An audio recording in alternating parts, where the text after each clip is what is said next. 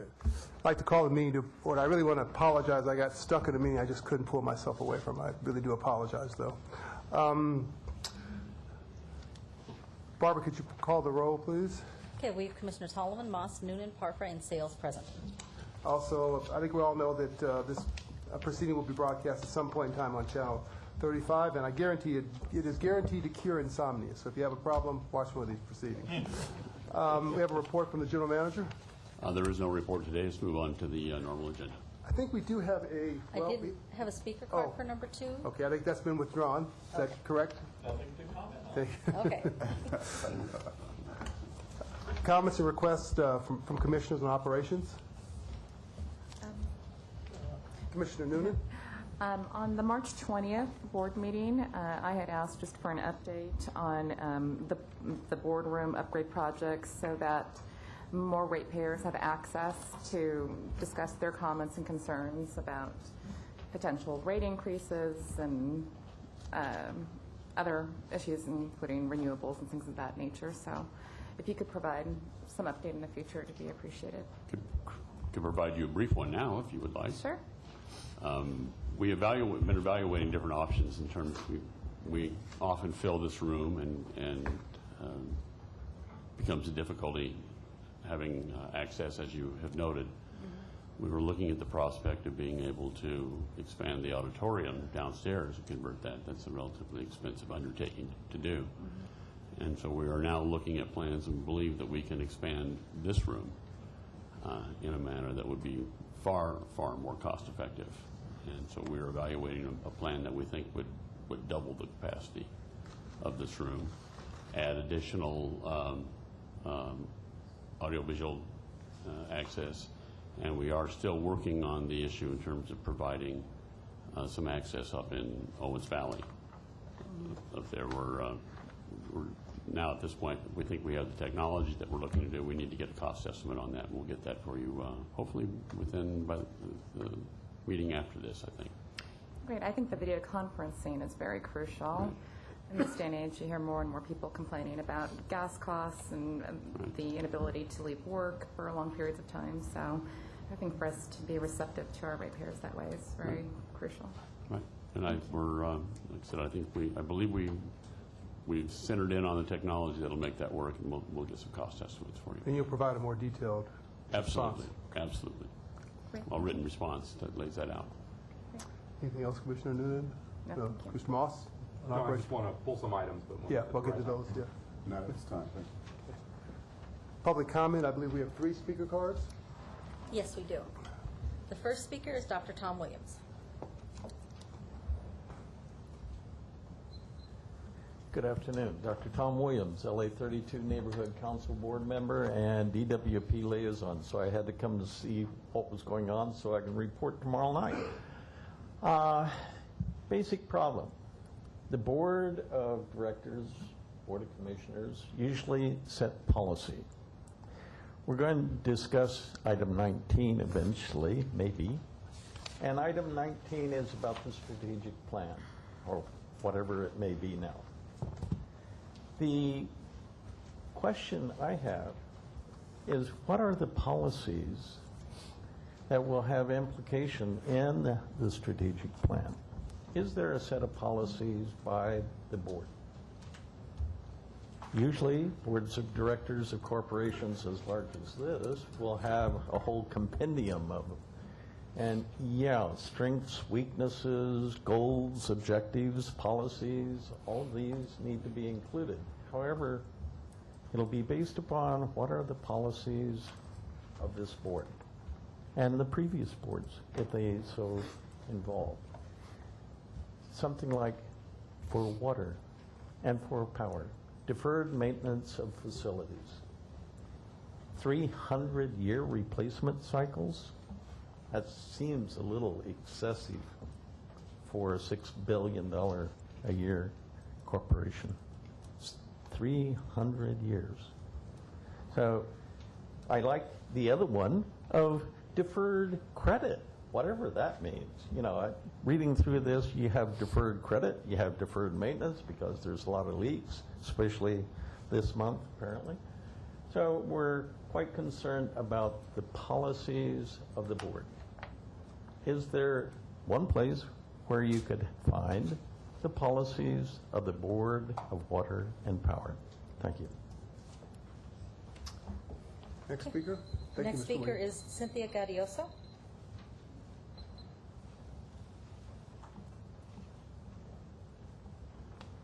Good afternoon. Afternoon. I'm speaking on behalf of the Association of Confidential Employees as ACE president. As it pertains to the investigation of the claims of discrimination advanced by a prior grievance number E057-09, your Honorable Board sent this grievance file to EEOS back in April of 2011, over a year ago, for investigation into issues of discrimination. The investigation has long been completed, and its reports of findings were completed on February 23rd, 2012 by EEOS, which is 3.5 months ago. Yet ACE has not received any copy of this report or its findings, even after sending emails as well as a ACE letter on May 22nd to the board with a CC to executive management.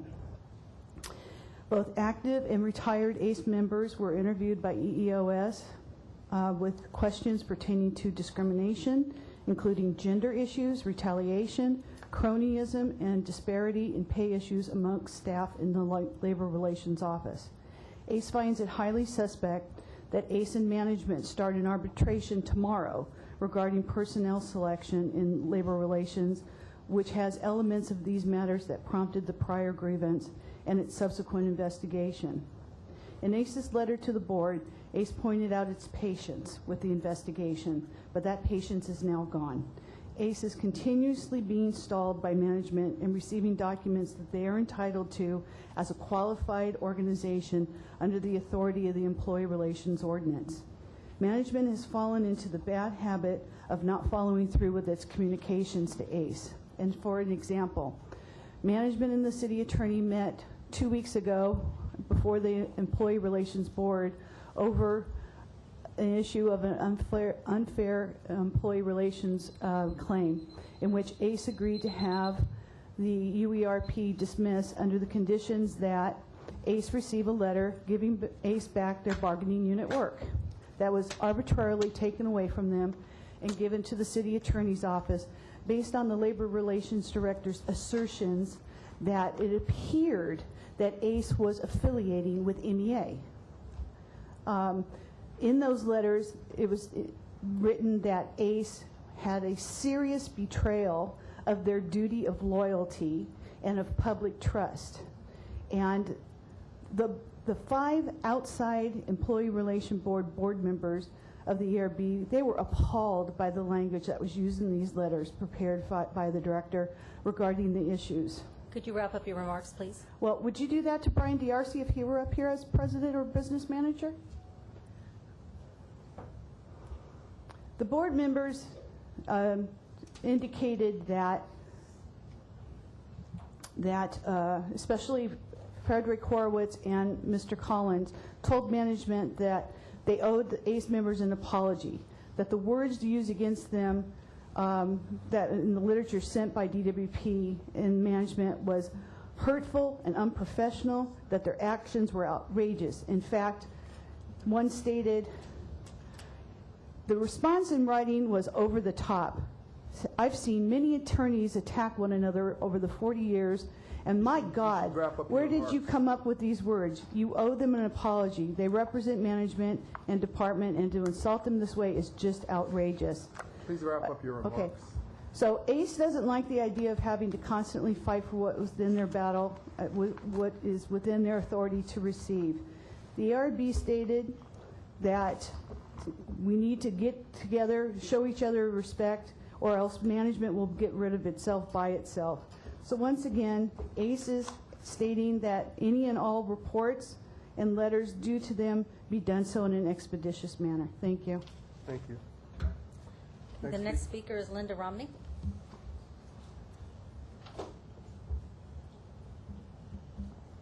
Good afternoon.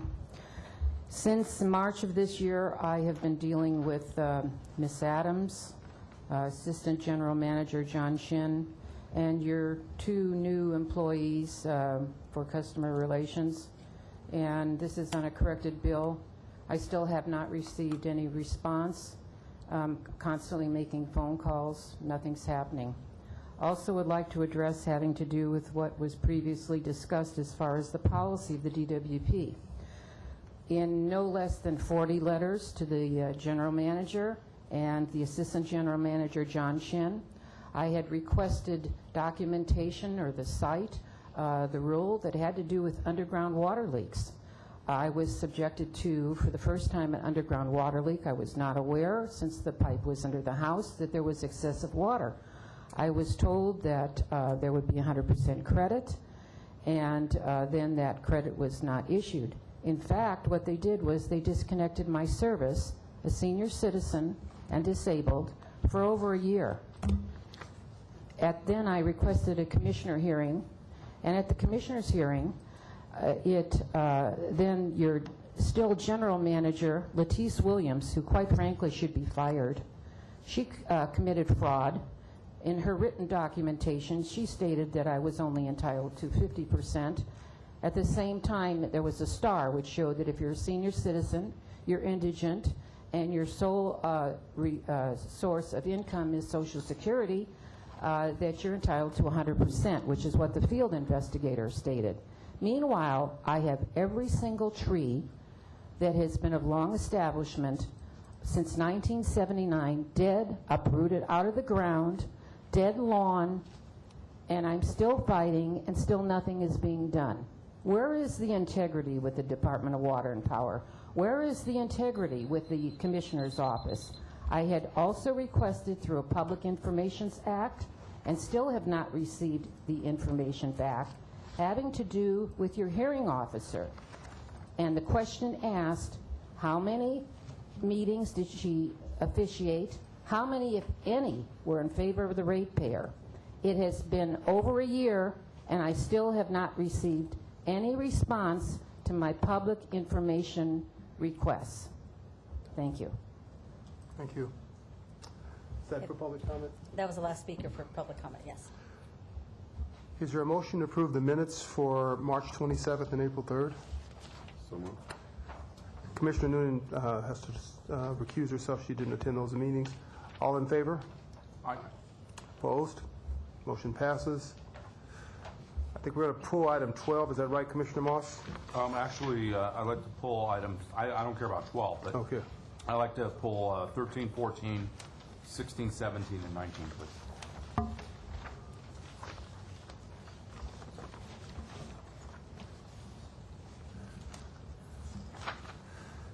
And I think we could hear probably items 13 and 14 together because they're all Okay. pretty similar. Is there a motion to approve from the consent agenda?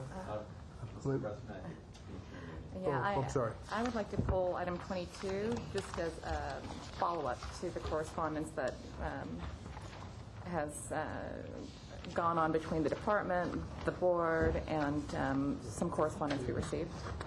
So it's Okay. more commentary rather. That's fine. 22 is not consent. No, it's not. No, I'm sorry. it's okay. So, any other items you want to pull from the consent agenda? So is there a motion to approve items 6, 7, 8, 9, 10, 12,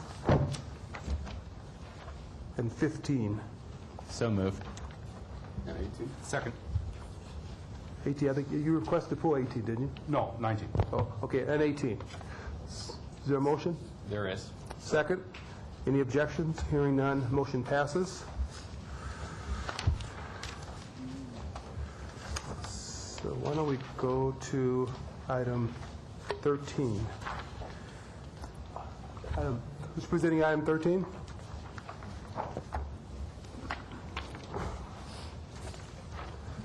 We'll do 13 and 14 as Commissioner Moss suggested. Ann Santilli, Assistant CFO and Controller. Items 13 and 14 are Accounting Treatment Board resolutions that authorize us to, instead of expense some of our costs related to our new CIS system and to our energy efficiency program, to capitalize those costs and to amortize those costs over the life of the programs. And in addition to that, on item 14, we've actually revised the resolution, which you have a copy in front, that says the program is not to exceed $350 million. That amount is in the board letter, but I also needed to include it in the resolution. So that has been added as well. And what about 14? That was part of item 14. Item 13, no changes to the customer information system accounting treatment. Commissioner Moss? Well, so as I understand it, just for public digestion and just for to start off the discussion, the idea here is instead of paying on an as-we-go basis out of O&M, we're going to capitalize these costs and amortize them over a period of time. That is correct. And what we've done is we've looked at each program and worked with the Energy Efficiency Group to identify the life. And so on the energy efficiency one, we're going to be amortizing those over a 5, 10, and 15-year basis as close as related to their life. And then on the customer information system one, we're going to amortize those development and training costs over a 15-year life, because our employees are long-term, and this is going to be a long-term benefit to the department. So like with respect to the CIS capitalization program, the debt service that we're going to pay in a particular year is going to be much less than what we would otherwise pay if we did it the old way by O&M. And how much reduction are we talking about? I think we've estimated about 1/15 of what we would normally expense would be amortized. It would be in the debt service figure for that, but it also, it's better matching of the benefits to the customers and the expense that we're going to incur. Okay, well, I like to commend the program. I think it makes a lot of sense to do things, but I do have one caveat that's sort of more of a policy caveat, is that I understand that this year's budget and the rate request that's coming out of it sort of assumed that you would be capitalizing these two programs. Is that correct? Yes, we did. Okay. But in the future, if we continue along this path, it's great that we're reducing the O&M and the annual expenses by, putting it off over a period of time. But I would not want to see then those same dollars otherwise captured for other programs. So in other words, if we're going to undertake a program to benefit the ratepayers ultimately by reducing annual costs, I don't want that as sort of permission or viewed as, oh, now there's a stack of money that we would otherwise have been spending that we could now spend and deploy in other areas. I don't know if there's anything, I don't have anything specific to add, but I just wanted to throw that out there as a policy statement. Well, let me add a little clarification to that. Indeed, we have not and will not. The plan is when we've established what our revenue requirements are for our budget, we've taken into account exactly that. Otherwise, it would have been a higher rate increase than we have been requesting of the board to take. So we fully understand your concern and have built that into the plans. Other questions or comments on items 13 or 14? Move approval. I want to add item 11 to the motion because I forgot that. We went through the consent agenda. So I'd like a motion to approve 11, 13, and 14. And this would be the revised a resolution for 14? Yes. Okay, so moved. May I ask a question related to 13, please? I'm curious to hear if there are other CIS systems that have been similarly capitalized or other utilities. We didn't reach out to the other utilities to find out that. We did reach out on some of the energy efficiency ones, but I think for the department, this is a very large expenditure, and it makes sense, and we'll probably be coming back asking for the same type of treatment when we do our large financial system. I would assume there are some, but I don't know the names of those utilities off the top of my head. And just to clarify, it would be standard practice to capitalize a large implementation like this. What we're talking about here is just also capitalizing certain elements of the program that would have been expensed. And other utilities may just expense those. We think it's appropriate to treat all of those costs as a single consolidated program and amortize the costs over time. Because we have been expensing the CIS system all along, and so now there's an adjustment for the last few years. No, actually, it's part of our work in progress. It hasn't been expensed. It hasn't been. It hasn't been expensed. I second Mr. Moss's motion. Is there a motion to approve items 11, 13, and 14? All in favor? Aye. Opposed? Motion carries.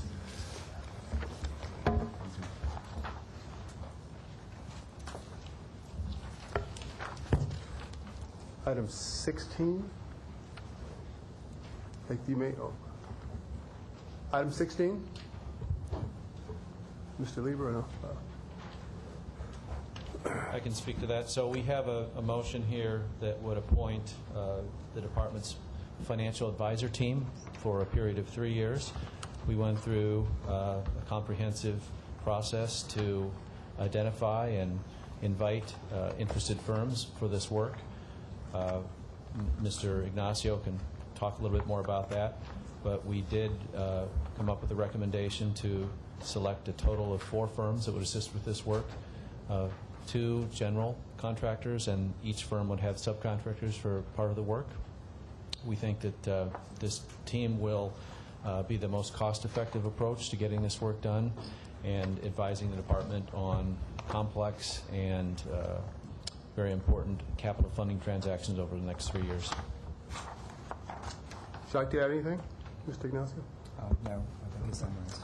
Questions, Mr. Moss? Yeah, I just wanted to highlight this because this is a fairly good-sized contract, and I guess what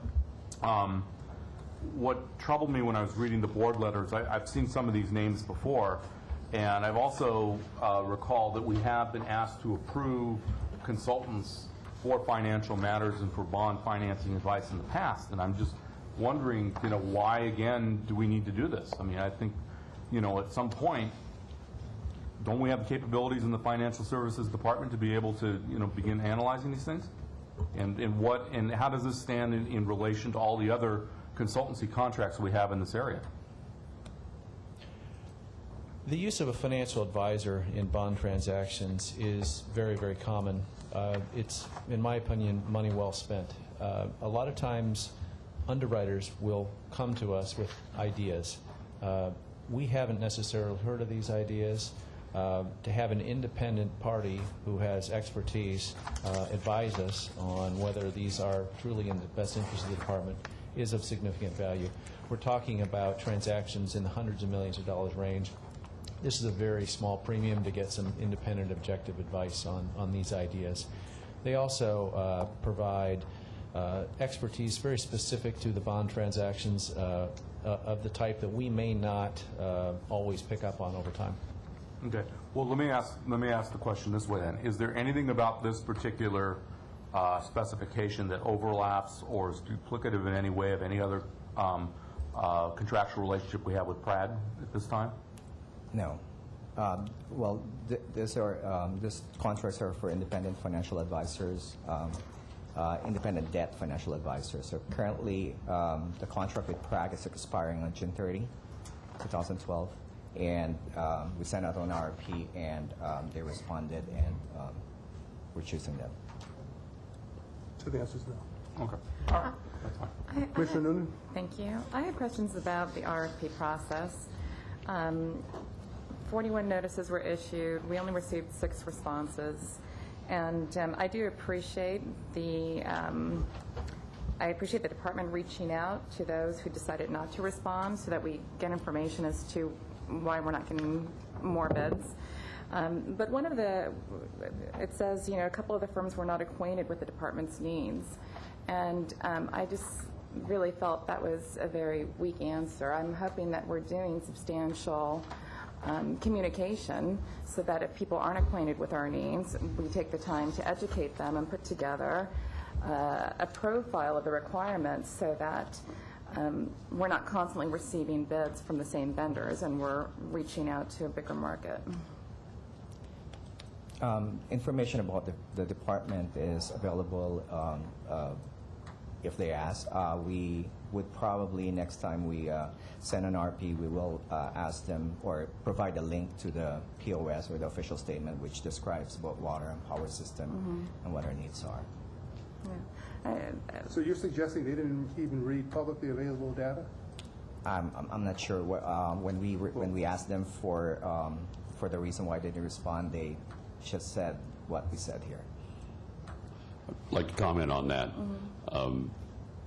Of all areas that an organization like ours puts out substantial information, probably the most detailed information that goes out is in the financial area by virtue of requirements of disclosure requirements in the industry and just the basic practice that's necessary for being out in the market on this, and there is a wealth of information on the department that's provided in these documents. We have official statements out every time we do a power or a bond issue. We put out annual reports. We put out numerous filings that parties can find. So I would generally say that to the extent an entity says they're unfamiliar with us, that means that they're probably not in this area of the business. It is a bit of a problem for the business in general because it is fairly specialized, a lot of complexities to all that is a utility as large as the department. For one of those reasons, we do have both of the selected bidders here have subcontractors on board, and we're hopeful that through that process, those subcontractors will get more deeply familiar with the department as well. But it's an issue that the entire industry deals with, and trying to make certain that people try to get a little bit more exposure. It's kind of a catch-22 situation, but the fact that they had not reached out seems a little, not a reason to me for us to feel concerned about our lack of disclosure. Yeah, I felt that this issue overlapped with some of my concerns on item 22, which I'll comment at the appropriate time. But some of the feedback that we have received in the past from people who have either been eliminated from bidding or have decided not to bid have stated that they felt that the requirement wasn't properly advertised, that there wasn't enough information available. So I just want to make sure that that wasn't the case in this scenario. I have to tell you, of all the areas where I have people complaining to me, it's this area, that there's some perceived unfairness in the process. And I have no view on whether or not that's true or not, but I think it might be worthwhile for someone in your organization to give us a presentation on our outreach efforts in the financial services area, say within the next month or so, because it's constantly getting, they're individual, and clearly some people are disgruntled, but I want to just make sure we're doing everything we can to cast as broad a net as we possibly can, particularly in this area of financial services, because it's so important to what we do. So if you could do that, Phil, I'd appreciate it. We'll make sure that happens. Okay. Anything else on item 16, Commissioner Holland? Is there a motion to approve item 16? So moved. Second? Second. All in favor? Aye. Hearing no opposition, item 16 carries. Item 17? I'll jump in on this one. I have a very specific question. In the item, part of what we're been alerted to, and what we're approving in the resolution, is the 10% overtime. So could you explain to me what that is all about? That portion of the approval.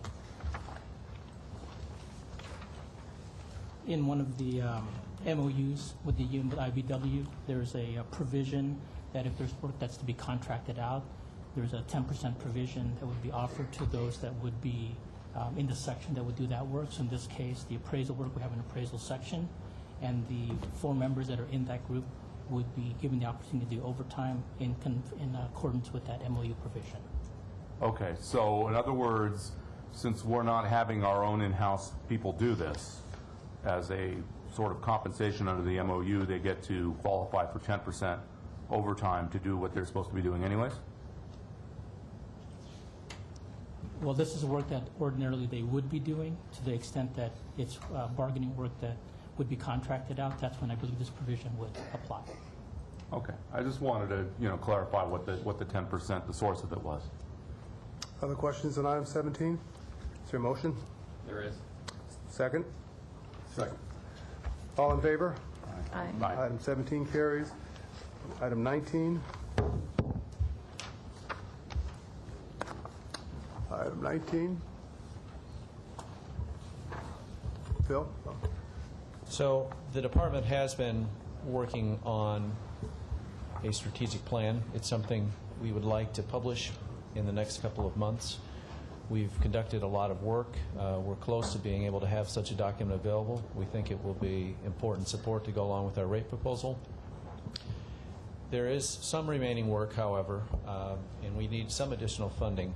We've had PA Consulting assisting in the development of that plan.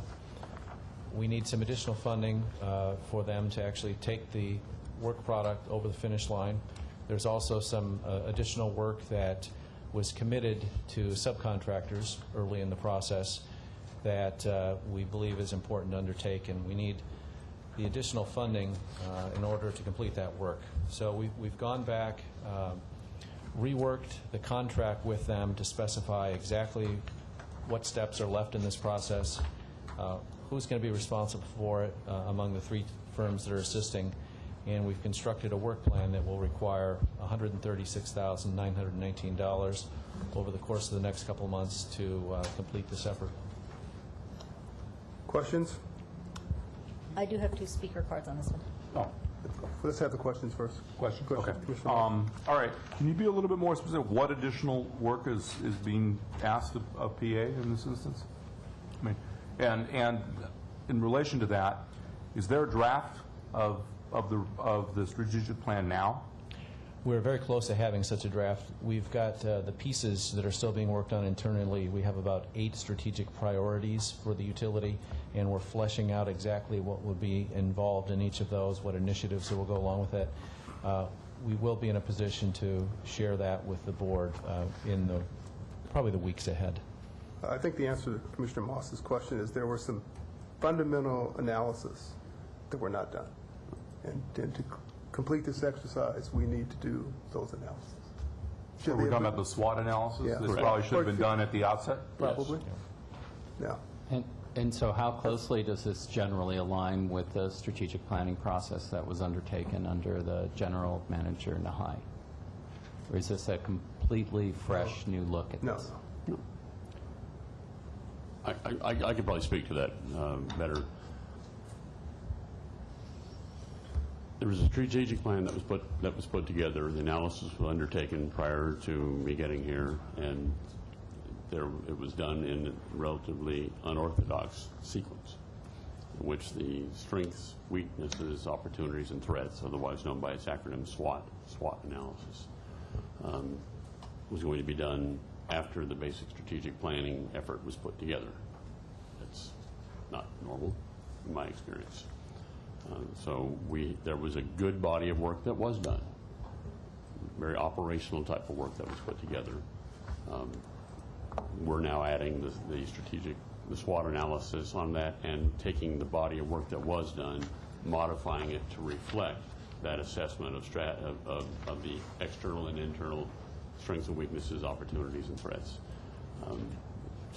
Taking full use of the work that had been done, adding this, making it a more complete assessment, turning the document around, updating it for what the circumstances are today. So it takes advantage of that prior work and just builds upon it. I guess my concern, quite frankly, is this is turning out to be a 2-year project. It's gone over budget. It wasn't set up properly to begin with. I really wonder what the utility of this document is going to be. I don't want to prejudge it because I've not seen it, but I'm a little disinclined to spend another $140,000 on something that might not be sufficient to begin with. And I'm just wondering if maybe, before we go ahead and authorize any more funds, we should see where it is to date. Let's get a draft of it, and let's see where they're at, because they can't. They've got unexpended about $50,000 still left to go. That's about right. Can't they wrap it up for $50,000 and just be done with it? This is a report. We're not building anything. They're just ideas, words on a page. There are a couple of pieces that probably would be omitted that are important. So one, kind of as Mr. Nichols mentioned, a profile of where the department's at right now. The SWOT exercise has not been constructed in the manner that it needs to be. Additionally, there was some work that was committed to the subcontractors that has not taken place, and that work is necessary and should continue. I think Commissioner Moss raises a fair point. Is there a possibility that we could do the SWOT analysis internally? Well, as a point of clarification, the majority of the SWOT analysis has been done, and a significant amount of it was done internally.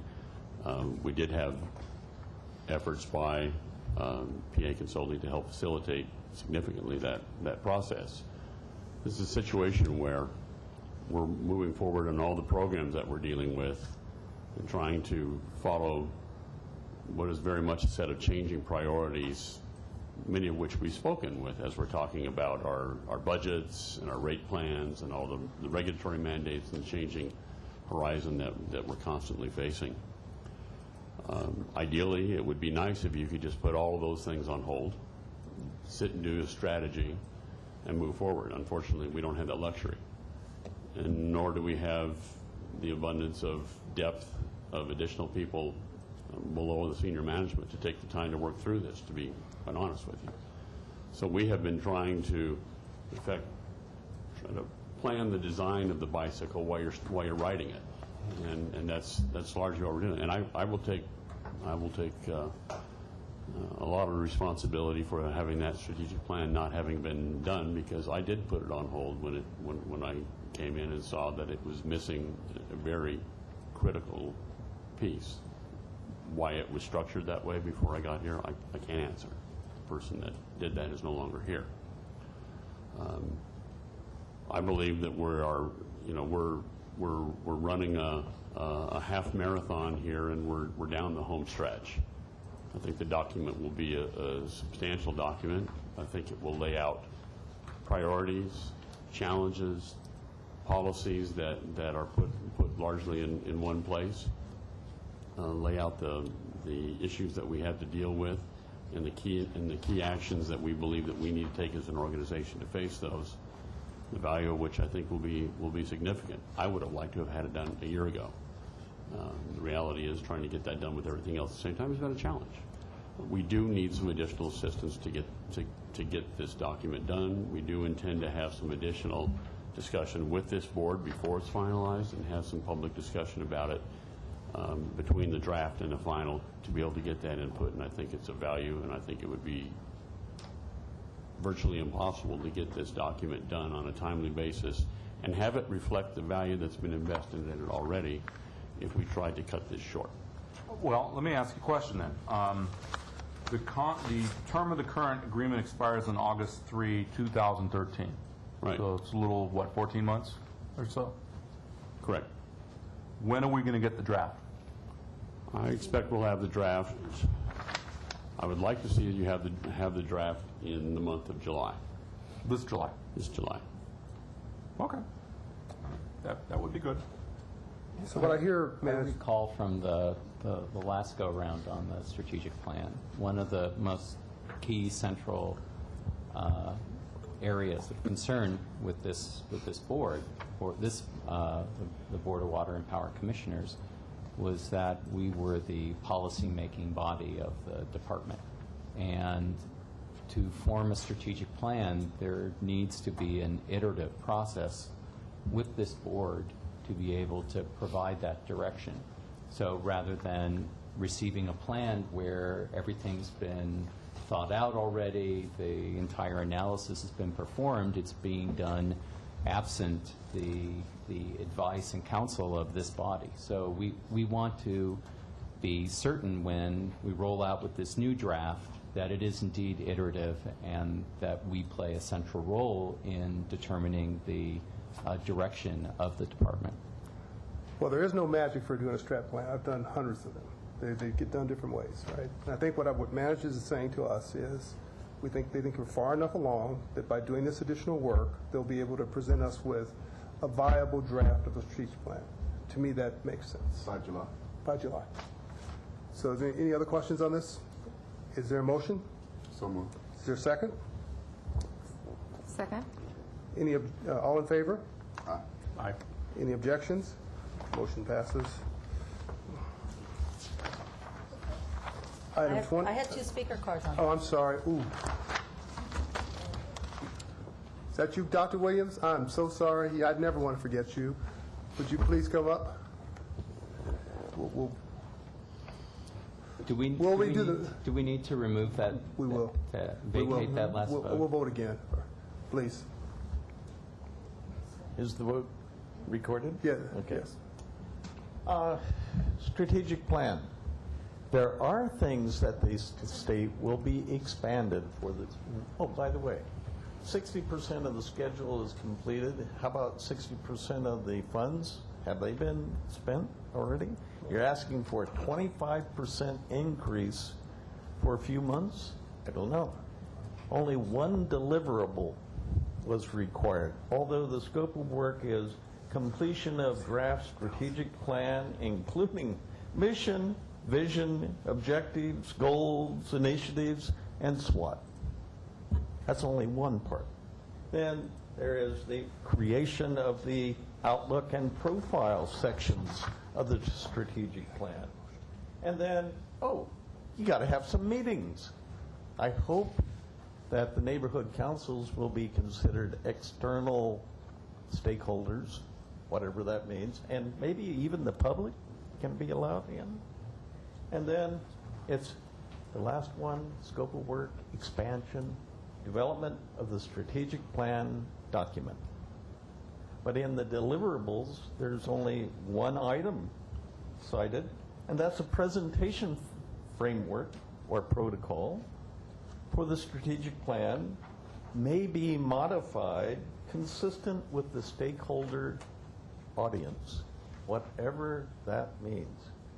40 years ago, I did my first contracts with URS Corporation, and they survived. However, you know, this is, frankly, garbage.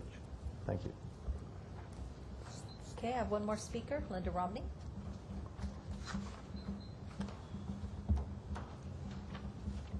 It seems as if the bids always go to the same people. There isn't an outreach effort. PA Consulting Group is the same consulting group we had previously and previously. Initially, their bid was for $800,000. Then they came in for another amendment of 40, which was approved, and now you've got another one here.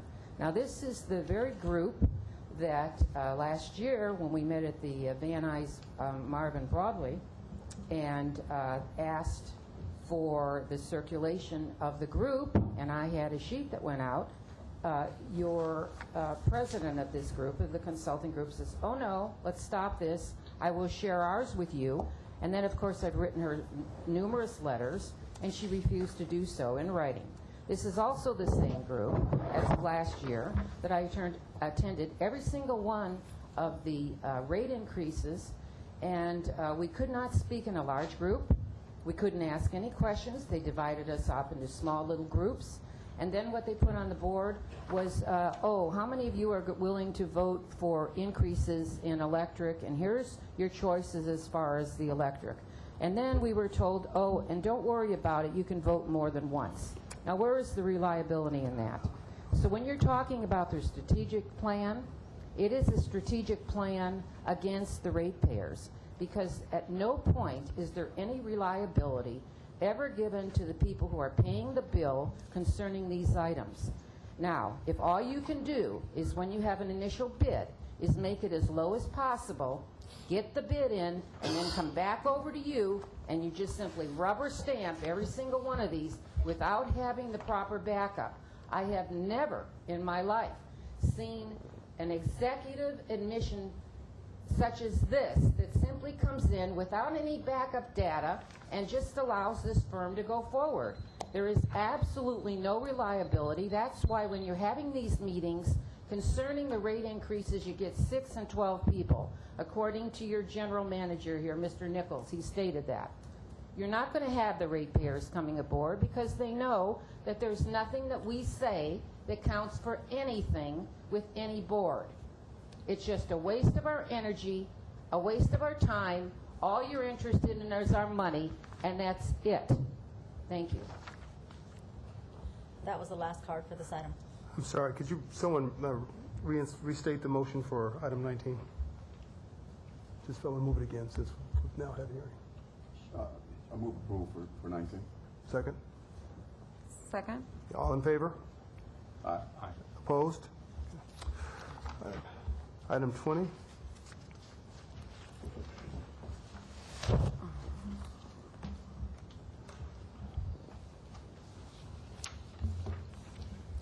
Marty? Good afternoon. Welcome. Marty Adams, Water Operations Division. Item 20 is the last piece of getting our modeling work done at Owens Lake to verify whether there's groundwater that can be used as part of the water source for our dust control project.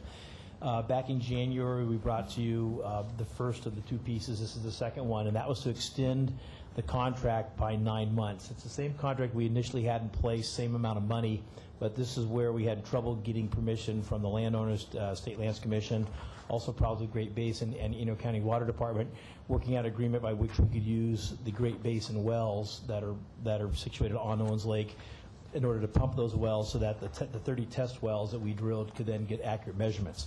So because of the problems with that, the project was significantly delayed. In January, you authorized an additional 9 months, but because it put it over the 3-year time limit, we were limited to about $134,000 that could be spent before the City Council had to approve it. So this is that last phase by which your approval today would then send it to Council so they can allow us, because we've gone into their territory, so they can then allow us to complete the project. So it's the same project. It's just dealing with the delays that we had from a bureaucratic standpoint, nothing to do with the contractor, nothing to do with the scope. It's important to us to get this finished up. We think there may be 15 to 20,000 acre-feet of water a year that can be pumped from under the lake. Even if we pump 5,000 acre-feet one time from under the lake, we've paid for this study. So this is important for us to complete the work, and we'll be done, but we need to get this in place so that the final results can be analyzed. Questions? No, I'd like to make a motion. Second. Move approval. No questions? All in favor? Aye. Thank you. Motion carries. Item 21. Item 21, Commissioners, is a request to approve a settlement between us and Edison. This is just a background on the issue is Sylmar Converter Station is operated by LADWP. We're 40% owner share on that facility. Edison is 50% owner of that terminal. This is the end of the DC line coming from the Bonneville Power. And we do routine audits, amongst utilities. And back in 2008, Edison initiated an audit of our billing procedures and disputed about $4.9 million amount that they claimed that we billed them inappropriately. And when we went back and forth on the validity of the claim, we were down to about $2.5 million worth of errors that we found back in our billing process. At the same time, we had an issue of the transmission line between Sylmar and Inyo that we've initiated the audit on the payments that they've done on the transmission payments. So when we added the both claims, this approval is for $2.5 million coming our way from Edison to settle those two issues. Questions? Item 21. Move to approve. Second. All in favor? Aye. Opposed? Item 21 carries. Item 22, are we going to close? No. Item 22, who's presenting? I'll present. I know this. Commissioner Noonan has some questions, so why don't you make your presentation first? Yeah, this is just a background on the project itself. This is the access road in front of Castaic. Over the years, since we've done a lot of the repowering and we've had these heavy, large transformers transported over that street leading up to the control room, we've had some damages and some settlement on the road, and it's past its service year. So this contract is basically to remove the existing road, repack the subbase, and then repave it so we can have a service road coming in. And then the dispute, the email that was sent from Rasmussen kind of outlined several issues that they wanted clarification on, and we've put in the response to all those issues in writing, and it's in your package. So if there's any questions, we can answer those. Thank you. And I guess minutes before our board meeting began, we received another email from Rasmussen offering gratitude to the department for being responsive this time around. And I think it's very important that that we prevent similar issues from transpiring as they did in this case. In this case, it seems like we have acknowledged that there were some mistakes made, and I just want to make sure that we're not providing misleading or incomplete information when submitting the RFPs out. Because the one thing that bothers me greatly is how supposedly notices are sent out and we get such few responses back. So as a commissioner, I just want to make sure that we're not playing favoritism, that the requirements really lay out exactly, how big the transaction is. Because as this vendor stated, he said, this wasn't a $15,000 job; it was closer to $600,000. And I don't want to disincentivize people from bidding. So in the future, I think it'd be interesting to get some information on how those procurement steps happen, how we're doing our due diligence to make sure that they are properly outlined and communicated to the public. Because I would like to see more people respond to our bids, to create leverage, to get better pricing, and to incentivize local businesses to do work with us. We do have a lot of room to improve. In this case, the 15,000 amount, we had 3 items on the bid. The 15,000 was a mobilization fee that we basically allowed every contractor to take. And the 2 items that was open for bidding was the items that kind of added up to the 600,000. The mistake happened in the green sheet, which is a commercial advertisement paper, that they took that first line item and they assumed that as to be the estimate that the department had for that. So to prevent that, we want to do some more outreach, make sure that we highlight those things, because 66 other contractors downloaded the info and most of them got it. They kind of paid attention to the items and didn't assume that the first line item is the total amount. But we do have some room to improve as far as reaching out and making sure that that mistake doesn't happen again. And I think it could be as simple as someone involved in procurement actually take a look at the advertisements that are published to make sure that any kind of errors or additional clarification that's needed is given to those publications, so we do get the appropriate message out. And we are adding Rasmussen on the list of bidders, so they'll have a separate notification go to them based on their vendor code, where we're asking them to change that. And just out of curiosity, is it really up to companies and vendors to solicit being added to a list, or do we do any type of outreach to try and promote additional businesses to bid on our requirements? We will add the ones that we know of, but we can't add every one of them. So they need to make sure they kind of go and change their vendor code, because that's kind of supplies them with the right information that they are asking us to do. So anytime we have a chance to see that a vendor should be added, and we'll ask them to go and change their code, so make sure they get the notice. Thank you. Other questions on item 22? Is there a motion? So moved. Is there a second? Second. All in favor? Aye. Opposed? Item 22 carries. Item 23, we're going into closed session on item 23. Mr. President, before we consider this item 23 in open session, I suggest that pursuant to California Government Code 54956.9 that we discuss it in closed session. I anticipate it may be 30 minutes. Okay. All right, any questions or comments? We're going to go into closed session. You should probably go to the back room. Okay. Thanks.